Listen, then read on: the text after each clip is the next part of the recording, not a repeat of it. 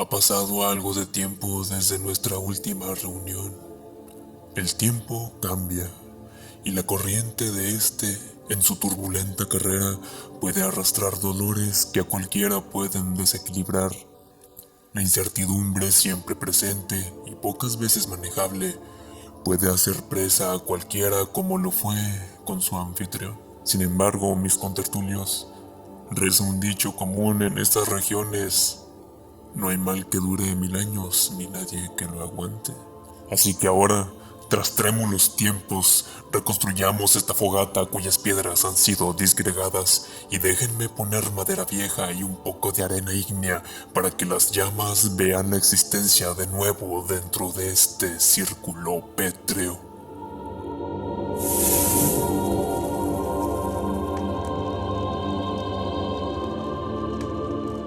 Buenas noches a quienes frente a estas llamas blancas se aparecen. El formato de este programa ha de cambiar un poco a partir de hoy. Buscando hacer honor al nombre de hoy en adelante no serán imprescindibles los relatos que nos narran otras mentes a través de la palabra escrita.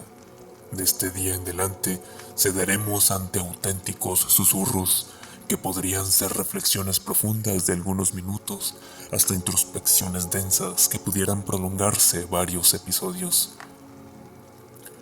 Nos irán definitivamente los relatos, pues siempre hay algo interesante que leer de las páginas escritas por Lovecraft, Asimov, Poe, Borges, Dávila, entre otros muchos nombres y trascendentes.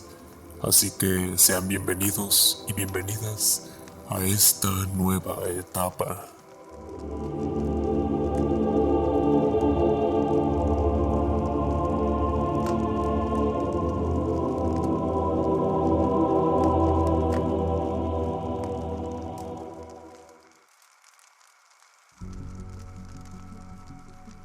No hay en el mundo fortuna mayor en la imposibilidad de la mente humana para relacionar todo lo que hay en ella.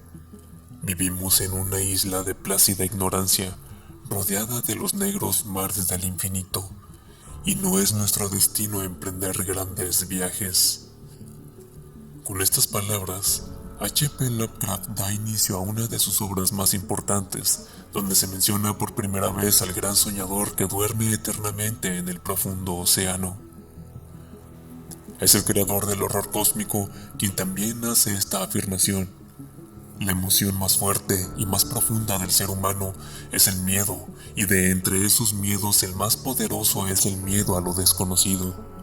Palabras más, palabras menos. Así como ya deben haberlo deducido, en nuestra reunión de esta noche, el miedo es el invitado especial, sea porque se han topado con este episodio en algún momento azaroso o encontrado en su búsqueda de material de pesadilla para esa época especial del año en que la luna de la cosecha alumbra las crujientes hojas doradas sobre el suelo y los umbrales de las estancias ulteriores dan paso a seres que habitan otras esferas. El miedo no es una emoción agradable. Consiste en una angustia profunda y permanente que detona toda una serie de procesos tanto físicos como mentales. El miedo es para desazón de algunos el verdadero motor primario de la humanidad.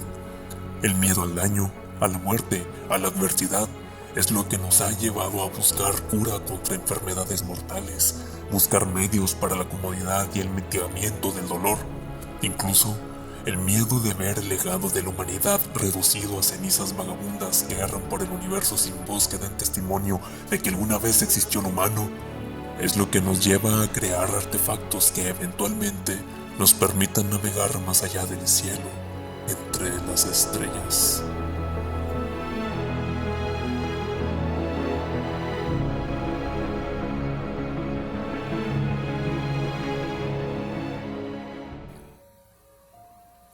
¿Y por qué es lo desconocido lo que nos causa tanto temor? Porque está relacionado con la oscuridad. Imagínense por un instante ser uno de aquellos primeros seres humanos que comienza a tener conciencia del mundo y a formarse explicaciones de su entorno. Mediante sus sentidos capta el viento y su caricia, el fuego y su calor, el dulzor de las frutas, las bondades del sol y la lluvia, y la cruda realidad de ser devorado por un león, un oso, un tiburón.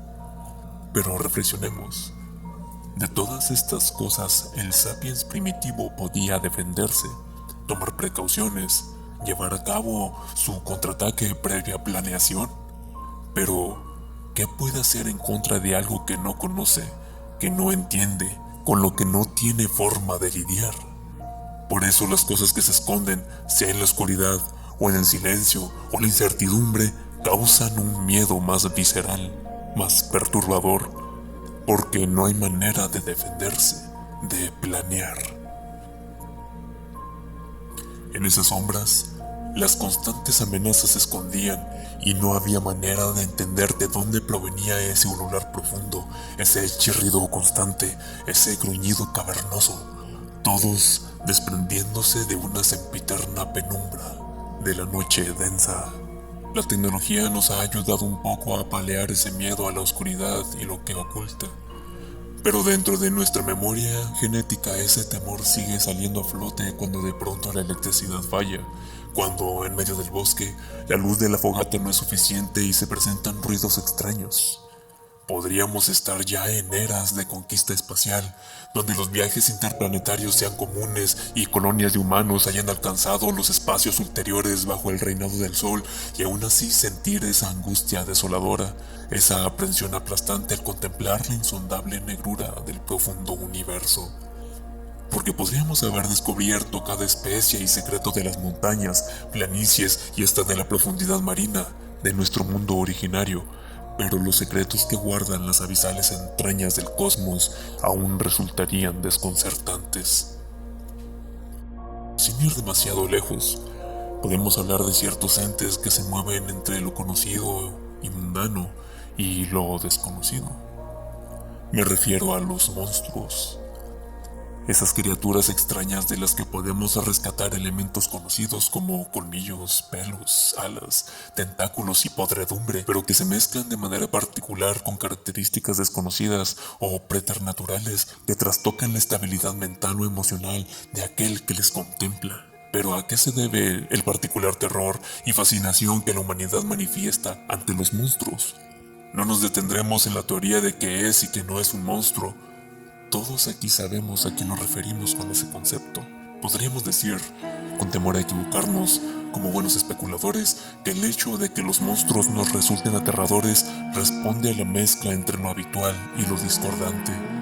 Por ejemplo, hablemos de los hombres lobo, que mezclan lo más conocido que podemos ver, como lo es un hombre o un canino, de manera anómala, dando como resultado un híbrido del que percibimos una apariencia antropomorfa, pero rendida ante lo salvaje y lo feroz.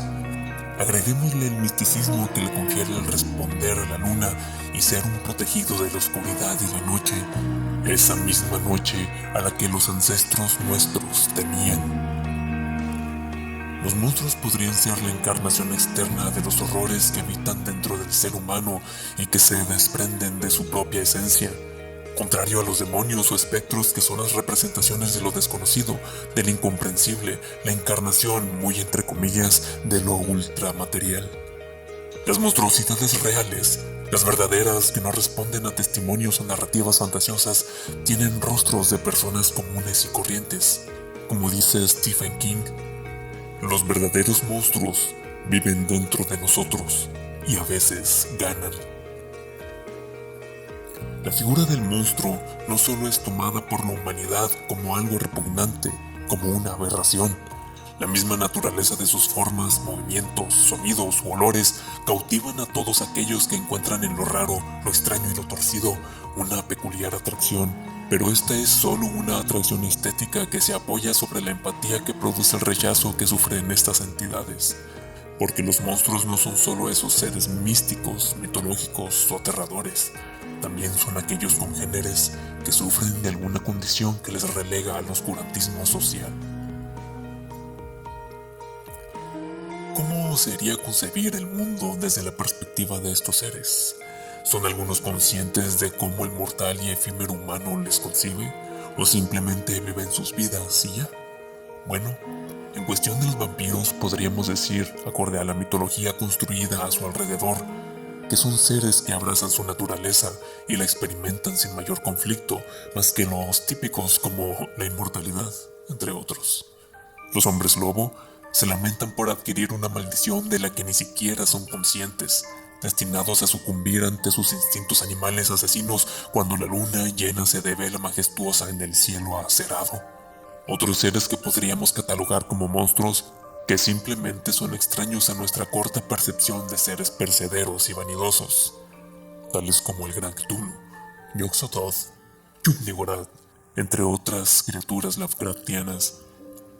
Esas criaturas que habitan en los abismos del mar, en las entrañas de la tierra o en escondidos páramos flotantes entre las nubes, no son siquiera conscientes de lo que nosotros pensemos de ellos, no reparan en la condición humana, les llegue o no a afectar, los calamares gigantes, los Bigfoot, el monstruo del lago Ness, etcétera, etcétera, etcétera.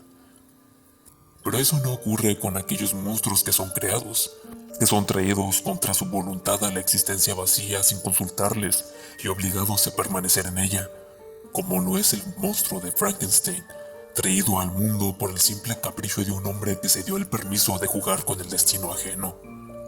El conflicto que estos monstruos enfrentan y del que no pueden escapar resulta abrumador. El no poder catalogarse dentro de las categorías existentes, no tener un propósito ni el tiempo certero para construirse uno, circunstancias que desmoronarían cualquier psique consciente de sí misma. El concepto y la figura del monstruo nos acompañará muchos eones aún, sea como la concepción de la corrupción humana o como simple entretenimiento o experiencia estética.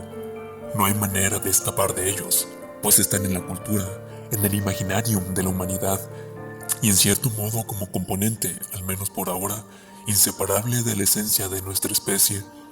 En mayor o menor grado, todos poseemos una parte monstruosa que no debe confundirse con maligna. Todos somos deformes si nos comparamos con la perfección. Todos somos aberrantes si nos comparamos con la idoneidad absoluta. Todos somos repugnantes si nos comparamos con los dioses.